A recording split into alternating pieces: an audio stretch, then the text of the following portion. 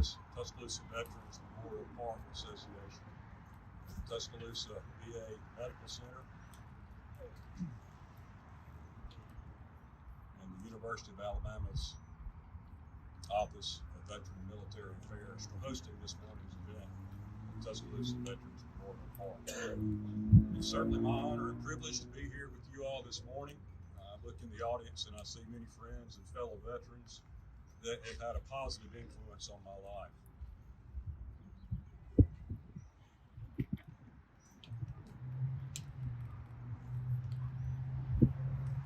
I'm proud of my country and proud to have had the opportunity to serve. The freedoms that we all enjoy were paid for by the Marines, soldiers, sailors, airmen, and Coast Guard members that gave their lives while in service to our country. We're here today to honor them.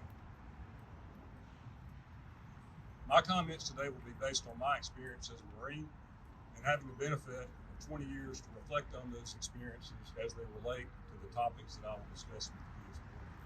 Those are motivation, concern, and hope.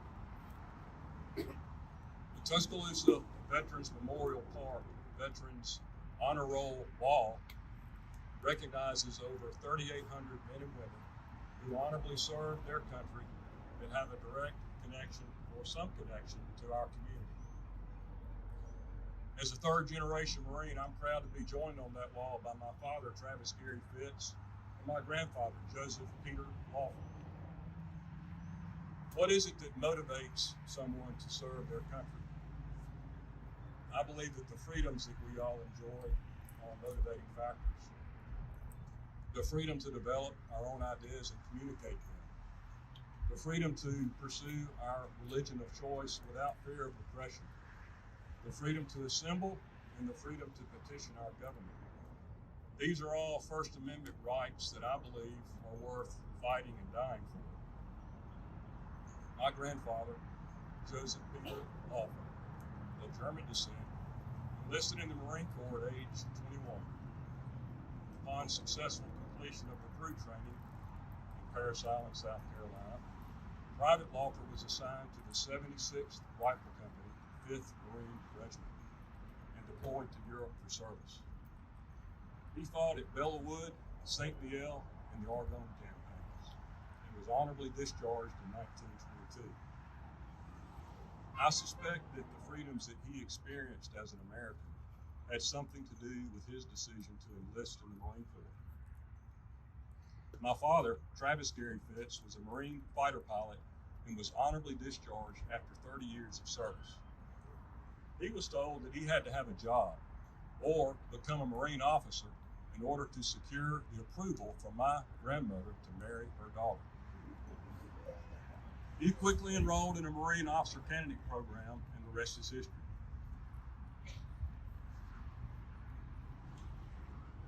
My motivations at the time of my commissioning were of a sense of or allure of adventure, physical challenge, and danger. The Marine Corps certainly satisfied my desires. After 30 years, I believe that the experiences of freedom that we all had, whether we understood it at the time or not, developed a sense of obligation and a sense of duty to serve. Concern. Time marches on. Things change, and if you're not willing and capable of adapting, in many cases you'll be left behind. I understand that's true in many cases, but I also understand that all change is not good. In the Marine Corps, basic leadership traits and principles are taught and instilled to all Marine officers from day one. The traits are bearing, courage, decisiveness, dependability, endurance, enthusiasm, integrity, initiative, judgment, loyalty, trustworthiness, tact, and unselfishness. The principles are: set the example, know yourself and seek self-improvement, be technically and tactically proficient, train your Marines as a team, make sound and timely decisions, seek responsibility and take responsibility for your actions, keep your Marines informed, and develop a sense of responsibility in your subordinates. These traits and principles are taught and instilled in order to develop a priority and mantra for all Marines, and that is to accomplish the mission. First and foremost, accomplish the mission. There are many individually assigned missions that every Marine will undertake throughout his or her career. But the mission of the Marine Corps is and always has been very simple. The mission is to locate, close with, and destroy the enemy by fire, maneuver, and/or close combat. I have concern that the leadership in the Marine Corps now at the highest levels is deviating from our mission and losing focus on the mission. I have similar concerns for our elected representatives in the federal government as it pertains to national security, which in fact is one of the only defined responsibilities of our federal government. Our country is an exceptional one. In the history of civilization, no country has done more or spent more to help other nations and their citizenry enjoy the freedoms that we all have. That is a fact. American exceptionalism was developed, can be traced back to the American Revolution, and essentially says that our country is essentially different than all other nations and inherently should enjoy a positive influence on the world stage. The ideology is based on the concepts of liberty, equality before the law, republicanism, individual responsibility, and representative democracy. I have concern, my belief, and feelings about American exceptionalism are stronger now after having had the opportunity to serve and lead Marines. My concern is that our institutions of learning, both private and public at all levels in our country, no longer teach, instill, and celebrate American exceptionalism.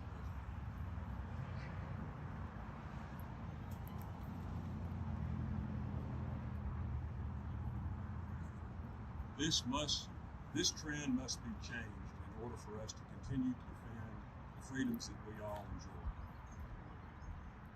Hope. I serve on the Alabama Marines Foundation, and the Alabama Marines Foundation is a 501c3 nonprofit, and our mission is to provide financial support to veterans who have been honorably discharged and their families who are in need. In our short 10-year history, we've provided over $350,000 of support, to include a fully endowed scholarship at the University of Alabama for honorably discharged Marines and their direct family members. Last year, under the leadership of fellow board member Colonel Lee Busby, Alabama Marines Foundation partnered with Tuscaloosa Parks and Recreation Authority, Tuscaloosa Tourism and Sports Bureau, City of Tuscaloosa, and many businesses in our community to construct the regulation United States Marine Corps obstacle course at Money Circle Park. Last year, the purpose of the obstacle course was to become the nucleus of an endurance event that would attract participants from all over the country, benefiting our community. Last month, Alabama Marines Foundation, in partnership with the aforementioned partners, conducted the first annual Tuscaloosa Gauntlet, an endurance event held at Money Circle Park that attracted close to 300 participants. I had the opportunity to work with and observe young men and women who represented all branches of our armed forces, and they give me hope. I also have hope from the Marines that I've served with and led, and I know that the Marine Corps is still capable and is producing Marines that can and will accomplish the mission. I can only hope that our senior military leaders and political officials will provide these young men and women the leadership that they deserve and will be required in order to protect the freedoms that we all enjoy. On a parting note, the Marines in the audience will understand what I mean when I say that the highest compliment that you can give to a Marine is to refer to him, be referred by someone that they've served as a good Marine. My grandfather, Joseph Peter Lawford, carried a rifle in the First World War and survived. I suspect he was a good Marine. My father, Travis Gary Fitz,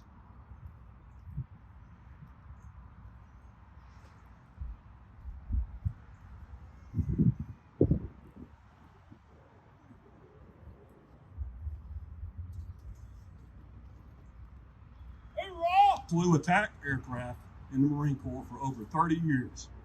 I know he was a good Marine.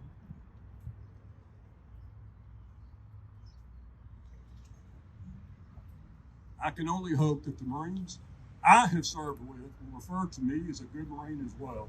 Thank you and happy Memorial Day.